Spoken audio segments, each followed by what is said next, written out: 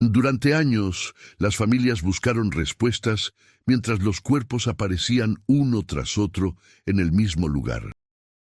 Lo que comenzó como casos aislados se convirtió en la pesadilla más oscura de una ciudad entera. Esta es la historia real del asesino del parque. El parque hundido en la Ciudad de México siempre había sido un refugio de paz. Las familias paseaban entre sus árboles centenarios, los niños corrían junto a las fuentes y los ancianos descansaban en las bancas observando la vida pasar. Pero en la madrugada del 12 de marzo de 2018, ese santuario urbano se transformó en escenario de horror cuando un jardinero encontró el cuerpo de Mariana Solís, una joven estudiante de enfermería de 23 años, oculto entre los arbustos cerca de la entrada sur. La detective Laura Mendoza llegó al lugar cuando el sol apenas comenzaba a iluminar las copas de los árboles. Con 15 años en la Procuraduría General de Justicia había visto demasiados casos, pero algo en esta escena la perturbó profundamente. Mariana yacía con los ojos abiertos, como si hubiera visto algo terrible en sus últimos momentos. No había señales de lucha violenta, pero sí marcas de estrangulamiento y un detalle inquietante. Junto al cuerpo, cuidadosamente colocada, había una rosa blanca marchita. ¿Quién era ella?, preguntó Laura al oficial que acordonaba el área. El joven policía consultó sus notas con manos temblorosas. Estudiante de tercer año. Salió de su turno en el Hospital General anoche a las 11. Su familia la reportó desaparecida a las 3 de la mañana. Laura observó el rostro de Mariana, memorizando cada detalle. No sabía entonces que ese sería el primero de muchos. Si esta historia te conmueve, te invito a suscribirte al canal y déjanos un comentario diciéndonos desde dónde nos estás viendo. Tu apoyo nos ayuda a seguir compartiendo estas historias que no deben ser olvidadas. Los días siguientes fueron un torbellino de investigación. Laura y su equipo entrevistaron a compañeros de clase, vecinos y cualquier persona que hubiera visto a Mariana esa noche. Las cámaras de seguridad del hospital la mostraban saliendo sola, caminando por la avenida Insurgentes con su mochila rosa al hombro. Después, nada. Como si la tierra se la hubiera tragado durante 20 cuadras hasta llegar al parque. El forense, el doctor Ramírez, un hombre de 60 años con ojeras perpetuas, entregó su reporte una semana después. Estrangulamiento manual. El agresor usó guantes. No hay piel bajo las uñas de la víctima, pero hay algo más, detective. Ramírez señaló fotografías del cuello de Mariana. La presión fue calculada, casi quirúrgica. Esta persona sabía exactamente qué estaba haciendo. Laura sintió un escalofrío. No era un crimen pasional ni un asalto que salió mal. Era algo planeado, metódico. 2 meses después, cuando el caso comenzaba a enfriarse y las esperanzas de la familia Solís se desvanecían entre lágrimas y vigilias, apareció el segundo cuerpo. Roberto Díaz, un profesor de historia de 41 años, fue encontrado en el mismo parque, esta vez cerca del reloj floral. Las similitudes eran imposibles de ignorar. Estrangulamiento, ausencia de lucha y junto al cuerpo, otra rosa blanca marchita. La prensa se abalanzó sobre la historia como buitres sobre carroña. El asesino del parque, gritaban los titulares. Las redes sociales explotaron con teorías conspirativas y acusaciones sin fundamento.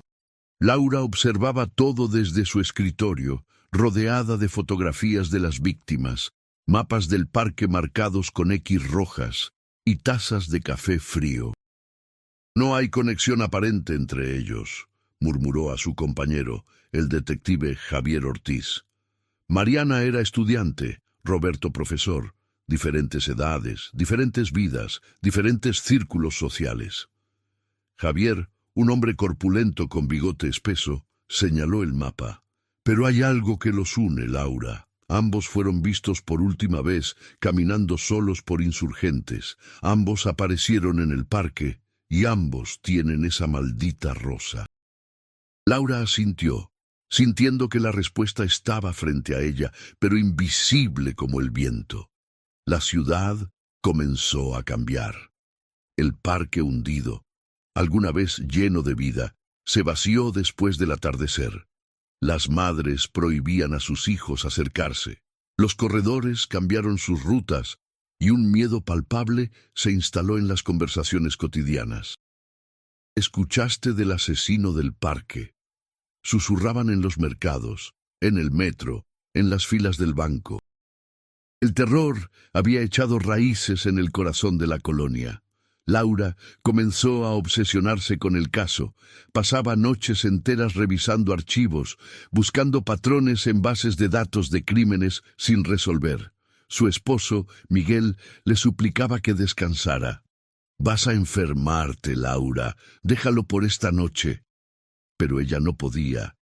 Cada vez que cerraba los ojos veía el rostro de Mariana, después el de Roberto. Imaginaba las caras de las futuras víctimas que vendrían si no lo detenía. La tercera víctima llegó en julio, cuando el calor sofocante de la Ciudad de México convertía las calles en hornos. Carmen Reyes, una trabajadora social de 35 años, fue encontrada cerca de la pista de canotaje. Misma metodología, misma rosa blanca. Esta vez, Laura estaba en el límite de su resistencia. Se arrodilló junto al cuerpo, las lágrimas amenazando con brotar, y susurró: «Lo siento, Carmen.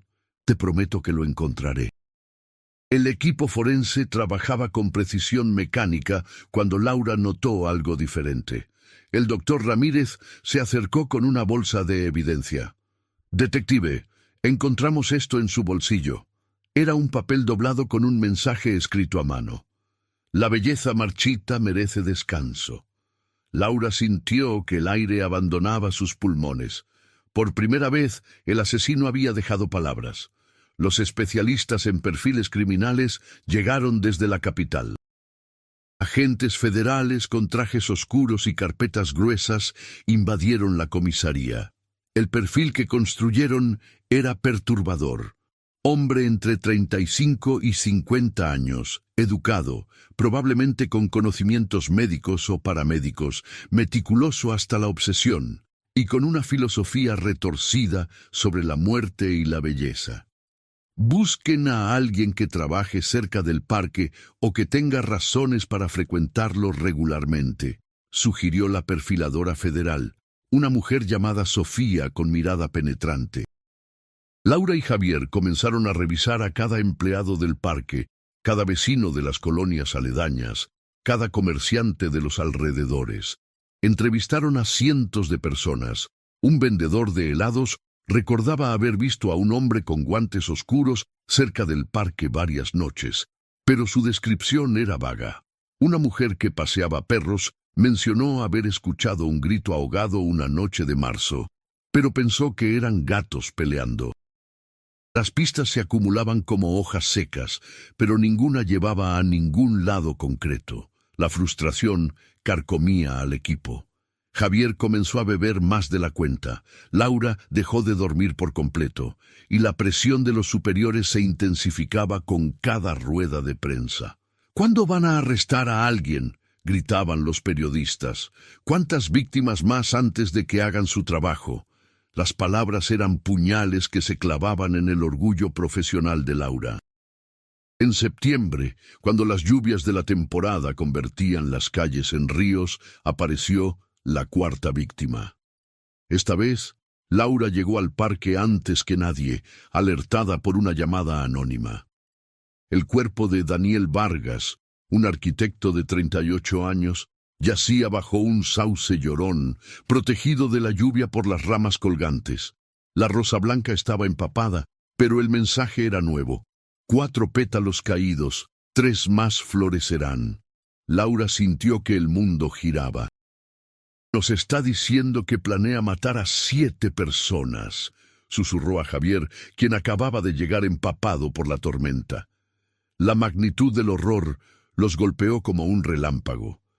No estaban persiguiendo a un asesino impulsivo, sino a alguien con un plan macabro y específico. Alguien que contaba a sus víctimas como si fueran pasos en un ritual enfermizo. Esta historia nos recuerda la importancia del trabajo incansable de quienes buscan justicia. Si te está impactando tanto como a nosotros, apóyanos con un like y comparte este video para que más personas conozcan la verdad. Tu apoyo hace la diferencia. La investigación tomó un giro cuando Laura decidió analizar las rosas. Visitó cada florería en un radio de 10 kilómetros del parque. En la quinta tienda, una anciana llamada Doña Refugio reconoció las fotografías. Esas son rosas de mi invernadero, detective. Las cultivo yo misma. Laura sintió que su corazón se aceleraba. ¿Quién las compra? La anciana sacó un cuaderno desgastado.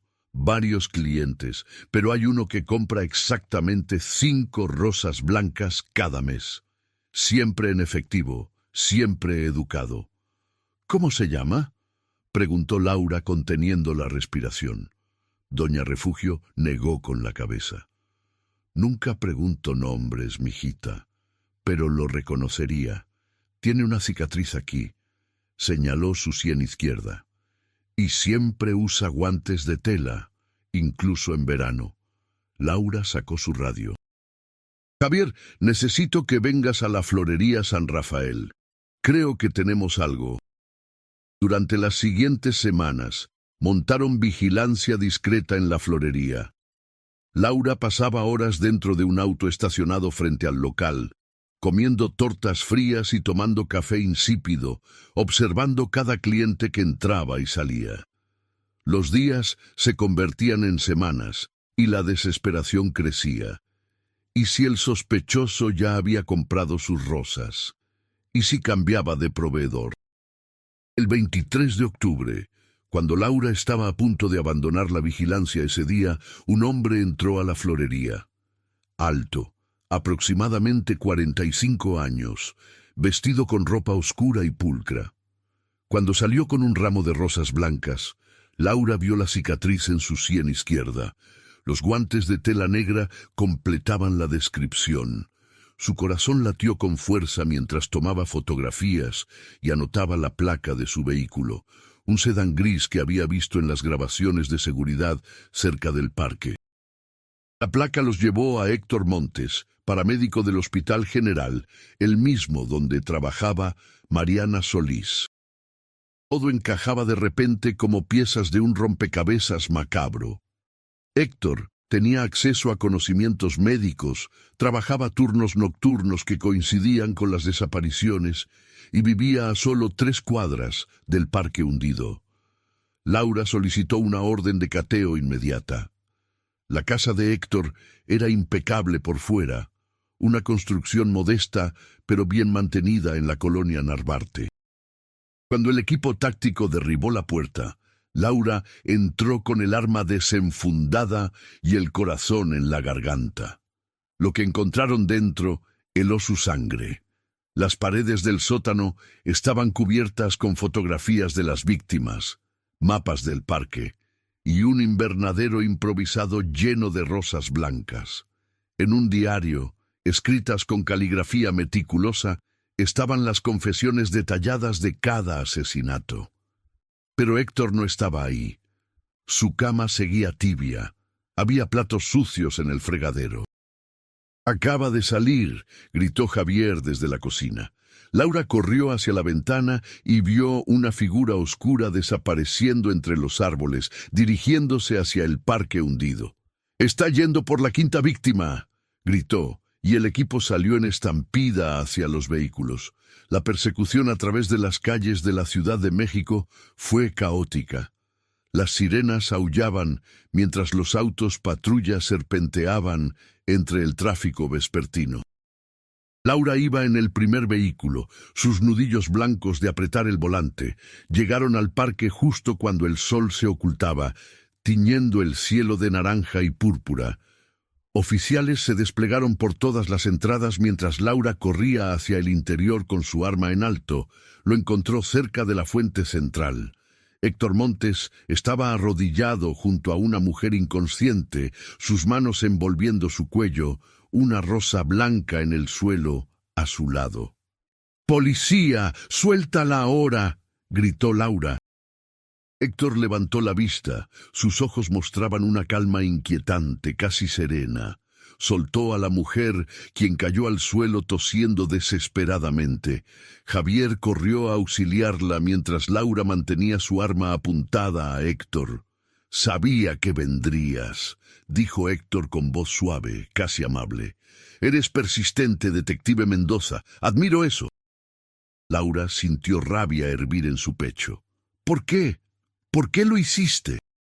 Héctor sonrió tristemente, levantándose lentamente con las manos en alto. «Trabajé 20 años salvando vidas en ese hospital. Vi el sufrimiento, la agonía, la belleza de la vida marchitándose lentamente como estas rosas. Solo quería darles paz antes de que el dolor los consumiera por completo». «No tenías derecho», respondió Laura, su voz quebrándose. «No eras Dios para decidir quién vive o muere». Héctor negó con la cabeza. «Todos morimos, detective. Yo solo elegí el momento más bello, cuando aún tenían luz en sus ojos, antes de que la vida los destruyera». Las palabras eran el delirio de una mente fracturada, pero Laura no tenía tiempo para filosofías enfermizas. «Héctor Montes, estás arrestado por los asesinatos de Mariana Solís, Roberto Díaz, Carmen Reyes y Daniel Vargas». Mientras Javier esposaba a Héctor, paramédicos llegaron corriendo para atender a la mujer que había estado a segundos de convertirse en la quinta víctima. Se llamaba Patricia Torres, enfermera del mismo hospital donde trabajaba Héctor. Había aceptado encontrarse con él en el parque después del trabajo, confiando en un colega. Esa confianza casi le cuesta la vida. El juicio de Héctor Montes duró 6 meses y captó la atención nacional. Las familias de las víctimas llenaban la sala cada día, sus rostros marcados por el dolor y la necesidad de respuestas que nunca serían suficientes. La madre de Mariana envejeció 10 años en esos meses. El padre de Roberto perdió la capacidad de sonreír. Los hermanos de Carmen lloraban en silencio durante los testimonios. La esposa de Daniel se aferraba a fotografías de tiempos más felices. Los psiquiatras forenses diagnosticaron a Héctor con un trastorno delirante complejo, pero la corte lo declaró apto para ser juzgado. Durante su declaración final, intentó explicar su filosofía retorcida sobre la belleza y la muerte, pero sus palabras sonaban huecas ante el peso aplastante de la evidencia y el sufrimiento que había causado. El juez lo sentenció a 120 años de prisión sin posibilidad de libertad condicional. Laura asistió al día de la sentencia sentada en la última fila de la sala. Cuando Héctor fue escoltado fuera, sus ojos se encontraron por un breve momento. Ella no vio remordimiento en ellos, solo una extraña aceptación. Esa noche, Laura visitó el parque hundido por primera vez desde el arresto. El lugar había comenzado a recuperar su vida lentamente. Algunas familias se atrevían a pasear nuevamente. Niños corrían entre los árboles. La normalidad regresaba paso a paso. Se sentó en una banca cerca de donde encontraron a Mariana y cerró los ojos, permitiendo que las lágrimas finalmente brotaran. Lloró por todas las víctimas, por sus familias, por la inocencia perdida de un lugar que alguna vez fue refugio. Pero también lloró de alivio, sabiendo que no habría más víctimas, que el horror había terminado. Las historias de crímenes como estas nos recuerdan la fragilidad de la vida y la importancia de valorar cada momento. Si este relato te impactó, suscríbete al canal, activa la campanita de notificaciones y déjanos un comentario con tu reflexión. Compartir estas historias mantiene viva la memoria de las víctimas y nos ayuda a construir una sociedad más consciente y solidaria. Los meses siguientes trajeron cambios a la ciudad.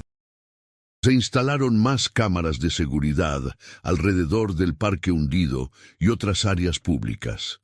Se implementaron programas de vigilancia comunitaria y rutas seguras para trabajadores nocturnos.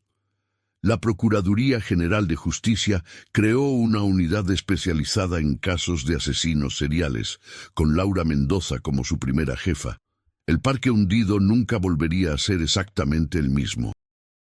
Había un memorial ahora cerca de la entrada principal, con placas que llevaban los nombres de las 4 víctimas. Las personas dejaban flores, velas y mensajes de esperanza. El lugar se transformó de escenario de horror en sitio de memoria y reflexión, recordándole a la comunidad la importancia de cuidarse mutuamente. Patricia Torres, la mujer que sobrevivió, se convirtió en activista por los derechos de las víctimas. Daba charlas en escuelas y hospitales sobre seguridad personal y señales de advertencia. Su valentía inspiró a muchos a hablar sobre sus propios traumas y buscar ayuda. Sobreviví por minutos, contaba a sus audiencias, pero esos minutos me dieron una segunda oportunidad de vivir con propósito. Laura visitaba regularmente a las familias de las víctimas, manteniéndolas informadas sobre cada desarrollo legal en el caso de Héctor, asegurándose de que supieran que sus seres queridos no habían sido olvidados. La señora Solís la recibía siempre con café y pan dulce, agradeciendo infinitamente su dedicación. «Usted le dio paz a mi hija al encontrar a su asesino», le decía con lágrimas en los ojos. «Ahora Mariana puede descansar».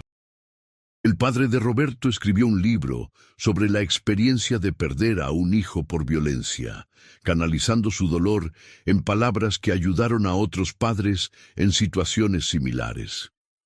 Los hermanos de Carmen establecieron una fundación que ofrecía apoyo psicológico gratuito a familias de víctimas de crímenes violentos. La esposa de Daniel comenzó a trabajar como voluntaria en refugios para mujeres, convirtiendo su tragedia en fuerza para ayudar a otros. Un año después del arresto, Laura regresó al parque hundido en el aniversario del primer asesinato. Llevaba 4 rosas blancas frescas, una por cada víctima. Las colocó junto al memorial, mientras el sol de la mañana iluminaba los nombres grabados en bronce. Un grupo de corredores pasó saludando alegremente. Niños jugaban en los columpios. Una pareja de ancianos alimentaba a las palomas. La vida continuaba, resiliente y hermosa. Javier se retiró 6 meses después del caso, el peso emocional finalmente cobrando su precio.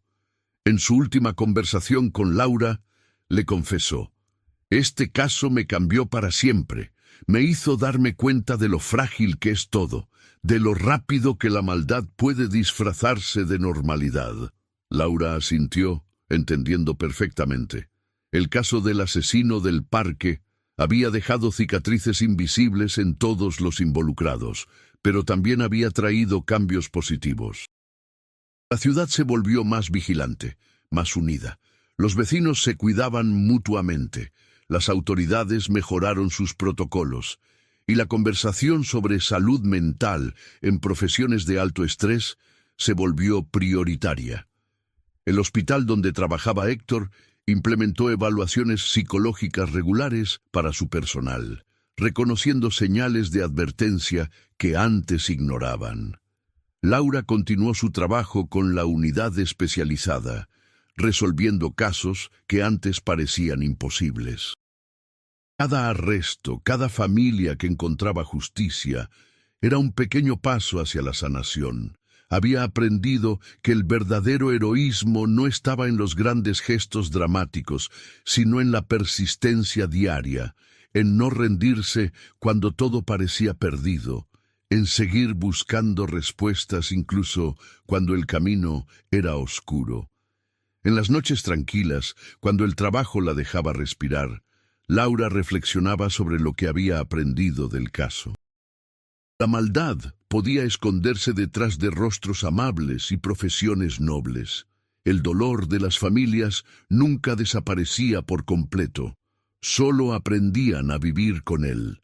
Y la justicia, aunque imperfecta, era necesaria para que las heridas comenzaran a sanar.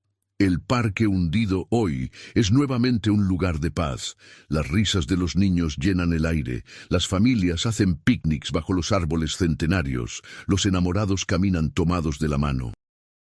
Pero quienes conocen la historia, miran el lugar con ojos diferentes, conscientes de la oscuridad que una vez habitó esos senderos, agradecidos de que la luz finalmente prevaleciera. El legado del caso no fue solo el arresto de un asesino, sino el recordatorio de que la comunidad es nuestra mayor fortaleza, que cuidarnos mutuamente no es opcional, sino esencial, que detrás de cada estadística hay nombres, historias, familias que merecen ser recordadas y honradas.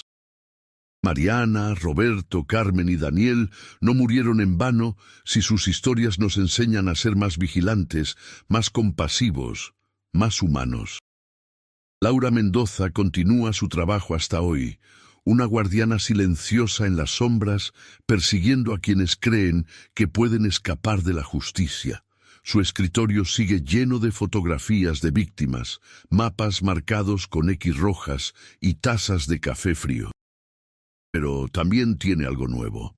Fotografías de familias sonriendo después de encontrar cierre, cartas de agradecimiento de sobrevivientes y la certeza de que su trabajo, aunque doloroso, marca una diferencia real. El caso del asesino del parque cerró un capítulo oscuro en la historia de la Ciudad de México, pero abrió muchos otros sobre esperanza, resiliencia y el poder inquebrantable del espíritu humano. Las rosas blancas ya no son símbolos de muerte, sino recordatorios de que incluso en la oscuridad más profunda, la búsqueda incansable de la verdad puede traer luz. Y esa luz, alimentada por la determinación de personas como Laura, Patricia y las familias que transformaron su dolor en propósito, continúa brillando, iluminando el camino hacia un futuro más seguro para todos.